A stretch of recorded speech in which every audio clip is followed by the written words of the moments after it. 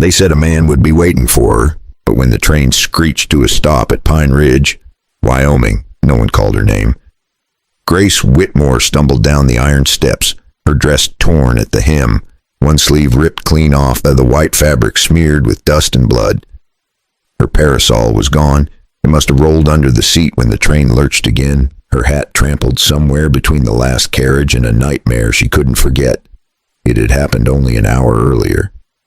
The train had stopped at a small junction. 3 drunks climbed aboard, laughing, stinking of whiskey. One older passenger tried to stand between them, but the men pushed him back hard into his seat.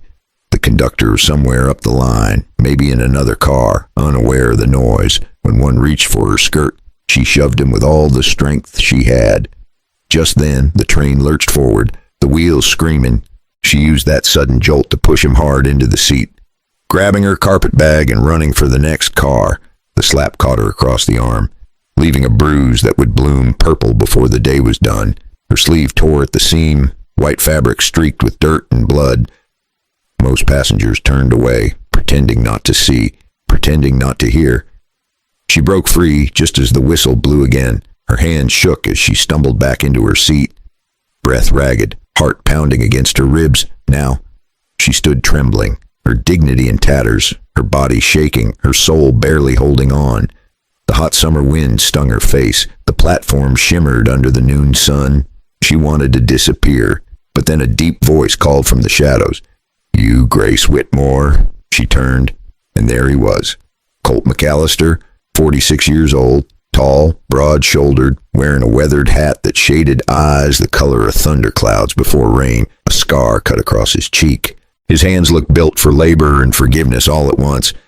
He took one look at her torn dress and said nothing. Just took off his coat and draped it over her shoulders.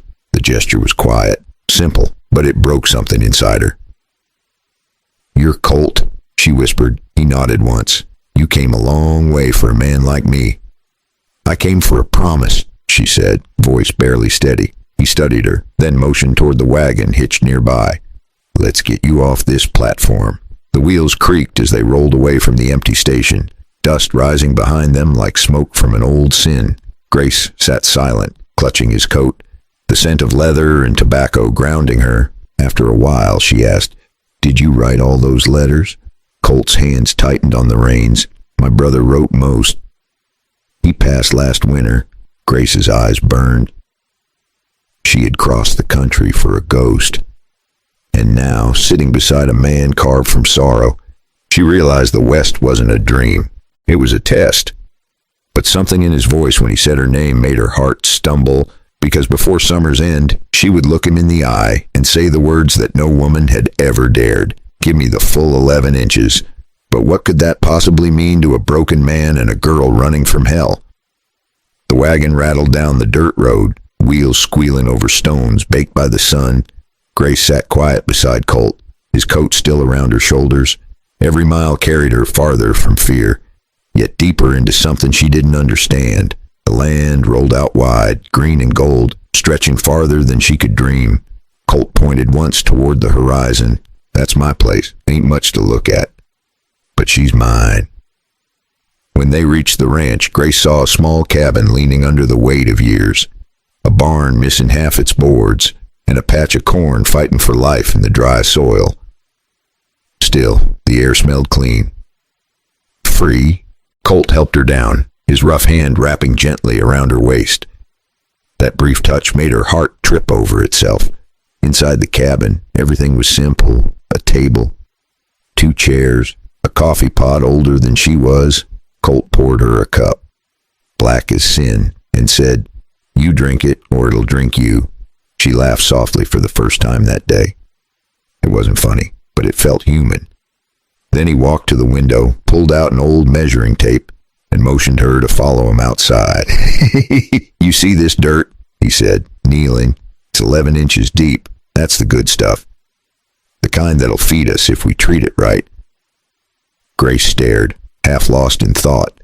He said it with such pride, such weight, that the words tangled in her mind. Her cheeks flamed. She thought he meant something else, something wild, something that made her blood rush to her ears. She stepped back, clutching her skirt. "I came here for marriage, Mr. McAllister. Not for that." Colt blinked. Then a low laugh rolled from his chest, deep and warm. "Lord, no, ma'am. I was talking about the land." He held up the tape measure with a grin. "The soil's 11 inches deep." "Not me." Grace froze, then let out a shaky laugh of her own. For the first time, the fear in her eyes turned into something lighter. Something like hope. As the sun sank behind the hills, painting the sky orange, Colt said quietly, "You stay. We build this together. You go. The ticket back's yours." Grace looked at the wide field glowing under the last light of day. 11 inches of earth, maybe 11 inches of fate. But what she didn't know was that the night would bring a secret buried even deeper than that soil. That night, the wind howled outside the cabin, rattling the windows like an old memory trying to get in. Grace couldn't sleep. She lay awake listening to the crackle of the fire and the slow rhythm of Colt's boots pacing on the wooden floor. He moved with a limp she hadn't noticed before. Every step sounded like it carried more weight than just bone and pain. When she finally sat up, he froze by the window, staring into the dark. "You always walk like that?" she asked softly. He smiled without turning. "Rodeo accident. Bull tossed me in 93. Been paying rent to my limp ever since." Something in his voice made her smile. Not pity, but respect. He was a man carved from hard work and bad luck, and he wore both with pride. The next morning, she found him outside splitting wood shirtless, the sun catching every line of his back. She looked away quick, but not quick enough. Colt caught her staring. "You ever chop wood, city girl?" "No, but I've broken hearts." He laughed, low and surprised, and for a moment the space between them didn't feel so heavy. Weeks blurred into one another, each one pulling them closer without either saying a word. Grace learned to milk the cow, hang laundry in the Wyoming wind, and then cook beans that didn't taste like boot leather. She started humming again, just little tunes she remembered from Boston. Colt showed her how to aim his old rifle, saying every woman in Wyoming ought to know how to scare off a coyote. She never fired, but she liked the way he stood close behind her, steady as a mountain. Sometimes Colt joined in, humming off key, and they'd both end up laughing till their sides hurt. But at night, when the laughter faded, Grace still woke from dreams of the train, of hands grabbing, voices jeering. The sound of her own scream swallowed by the whistle. Sometimes Colt would find her sitting by the fire, shaking, and just pour her coffee without a word. He never asked what happened. He just stayed. One evening, as the sun melted behind the hills, he spoke quiet. "You know, you don't owe me anything. You can leave any time." She looked at him and whispered, "Maybe I'm not here 'cause I owe you. Maybe I'm here 'cause this place is the first one that feels real." He didn't reply. He just nodded once, eyes on the horizon, the same horizon that was slowly binding their hearts together. And somewhere deep inside, Grace knew that this quiet man was still hiding a truth far heavier than any piece of land, a truth that could break both their hearts before the harvest came. So stay right there.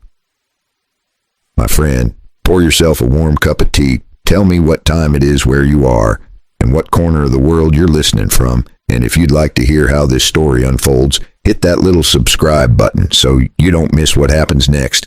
By the middle of July, the ranch started to change. The corn pushed higher.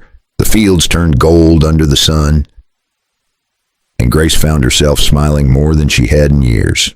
She'd grown used to the sound of Colt's boots on the porch at dusk, the way he'd clear his throat before saying goodnight, and the smell of coffee always waiting by the fire each dawn. There was comfort in his silence, like sitting beside a strong river you didn't need to cross to understand, but even rivers hide deep things. One afternoon, Grace went looking for him and found Colt out near the far fence, kneeling by a small wooden cross half sunk in the earth. He didn't see her. His hat lay on the ground, his hand tracing a name carved into the wood. A small tin locket hung from the cross, catching the afternoon light. Grace could see a boy's smile inside, faded by sun and time. Tim McAllister. She froze.